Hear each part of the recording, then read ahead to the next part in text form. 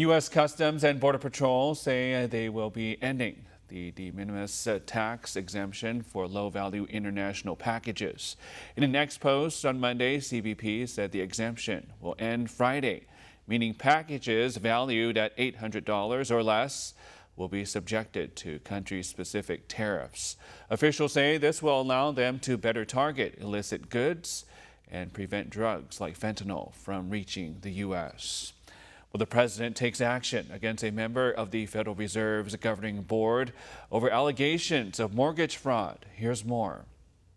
President Trump takes the unprecedented step of firing Federal Reserve governing board member Lisa Cook. In a letter to her, he said, quote, "I have determined that there is sufficient cause to remove you from your position. At minimum, the conduct at issue exhibits the sort of gross negligence in financial transactions that calls into question your competence and trustworthiness as a financial regulator." The move follows allegations made by Federal Housing Finance Agency Director William Pulte, a Trump ally. He says Cook is guilty of mortgage fraud, claiming she listed 2 different properties as being her primary residence on mortgage applications. That could have allowed her to secure lower rates on her borrowing.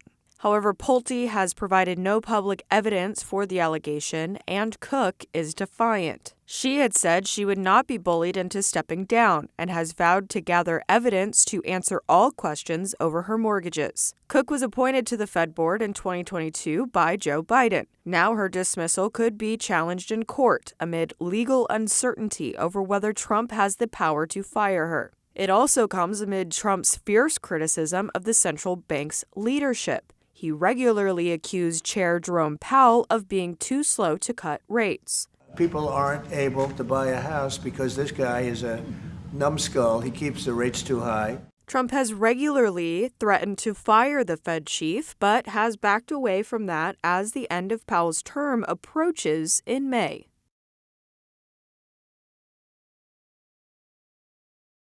Commerce Secretary Howard Leatherneck says that the Pentagon is considering taking equity stakes in defense contractors. During an interview with CNBC today, Leatherneck said that there's a huge discussion about defense taking place within the administration. He notably pointed out a prominent defense contractor, Lockheed Martin, makes most of its revenue from and are basically an arm of the government. Well, Leatherneck also touted the administration's approach to companies that receive substantial federal funds following its recent deal with Intel. There's a lot of talking that needs to be had about how do we finance our munitions acquisitions. I think a lot of that is talking, and now you have the right people in the jobs and Donald Trump at the head thinking about what is the right way to do it. I tell you, the way it has been done has been a giveaway.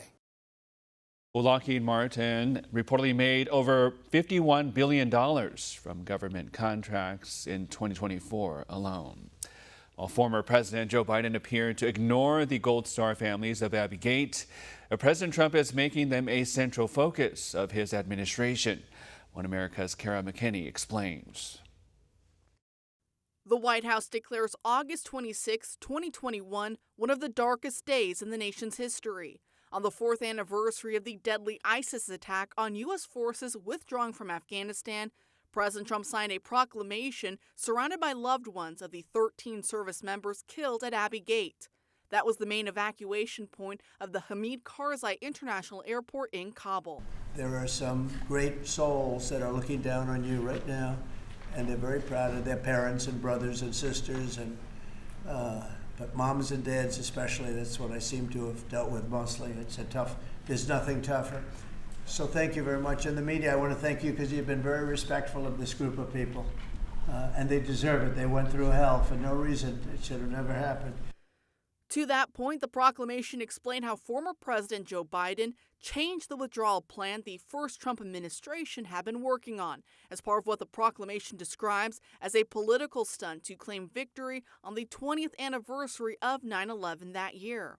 However, that meant the withdrawal was taking place through the Taliban's fighting season, allowing for the Taliban to make it to Kabul with U.S. forces still there, releasing terrorists as they went.